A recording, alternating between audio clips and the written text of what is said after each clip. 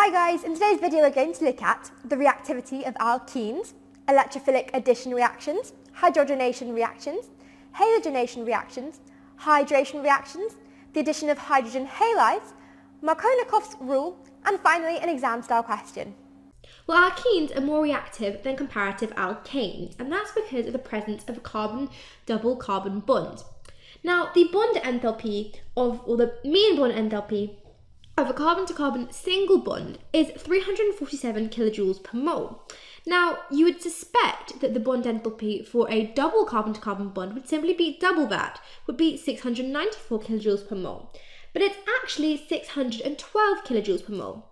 And what that tells us is that the pi bond needs the difference between 612 and 347, which is 265 kilojoules per mole, to undergo homolytic fission and be broken, telling us that it's actually weaker than the sigma bond. Our pi bond is weaker than our sigma bond, meaning our pi bond will break first.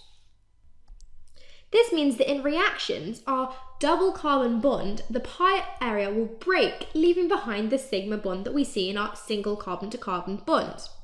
Now, our double bond actually has a higher electron density, meaning that it will attract electrophiles.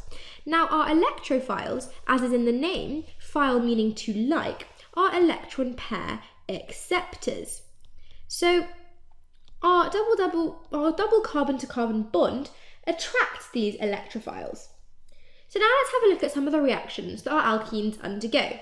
Let's first of all look at electrophilic addition. Now, this is where two or more molecules bond to make one product. The pi bond breaks and the molecule is added across. So we are breaking our pi bond, but not our sigma bond. As we said, it's the pi bond that breaks first. This is the general formula for these equations. So we have our alkene here with our double carbon-to-carbon bond. We're adding to it a molecule, XY, which could be anything.